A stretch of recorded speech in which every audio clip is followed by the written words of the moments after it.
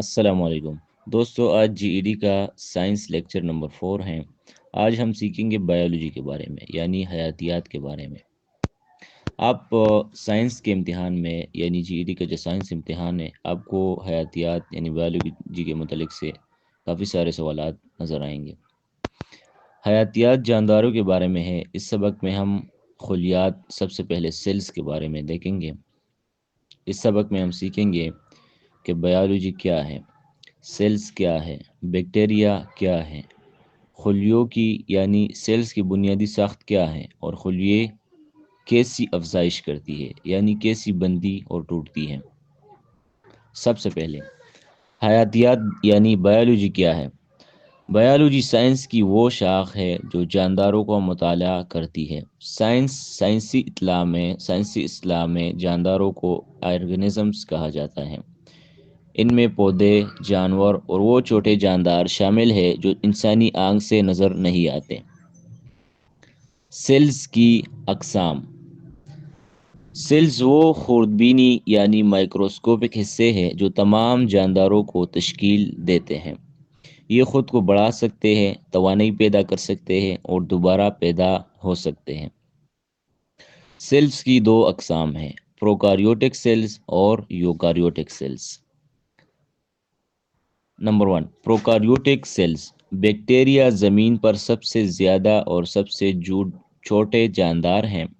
Bacteria کا ایک ہی خلیہ یعنی سیل ہوتا ہے اور اس میں نیوکلیس نہیں ہوتا۔ ایسے سادہ سیل کو پروکاریوٹک سیلز کہا جاتا ہے۔ بیکٹیریا بائنری فیژن کے ذریعے تقسیم ہو کر اپنی تعداد بڑھاتے ہیں، جس کا مطلب ہے کہ ایک سیل دو حصوں میں تقسیم ہو جاتا ہے۔ Number 2، eukaryotic cells. Eukaryotic cells پودوں، جانوروں اور دیگر کچھ جانداروں میں پائے جاتے ہیں۔ یہ مختلف کام انجام دیتے ہیں۔ مثال کے طور پر انسانی جسم میں دماغی سیل یعنی برین سیل ایک مختلف کام کرتا ہے، جبکہ پتے کا خلیہ یعنی لیف سیل پودے کے لیے خوراک بناتا ہے۔ اب یوکاریوٹک سیلز کی ساخت کو ہم دیکھیں گے۔ تمام یوکاریوٹک سیلز بنیادی طور پر ایک ہی طرح کے حصوں پر مشتمل ہوتے ہیں۔ ان میں شامل ہے پوائنٹ نمبر 1، نیوکلیس۔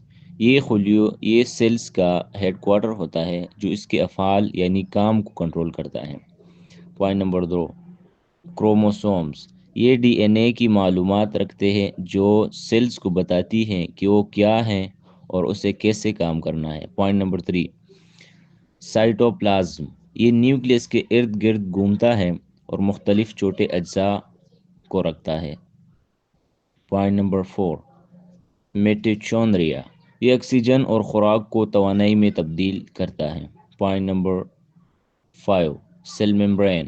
یہ خلیوں یعنی سیل کی کال ہوتی ہے اور جو کنٹرول کرتی ہے کہ کیا اندر جائے گا اور کیا باہر۔ نوٹ کیجئے کہ پودوں کے خلیوں میں کلوروپلاسٹ بھی ہوتے ہیں جو روشنی کی توانائی کو خوراک میں تبدیل کرتے ہیں۔ اس عمل کو فوٹوسنتھسس کہتے ہیں۔ سیلز کی افزائش۔ جانداروں میں سیلز ہمیشہ تبدیل ہوتے رہتے ہیں۔ یہ ہر لمحہ مر رہے ہوتے ہیں اور نئے بن رہے ہوتے ہیں۔ خلیوں کی افزائش کے دو طریقے ہیں۔ نمبر 1، مائٹوسس۔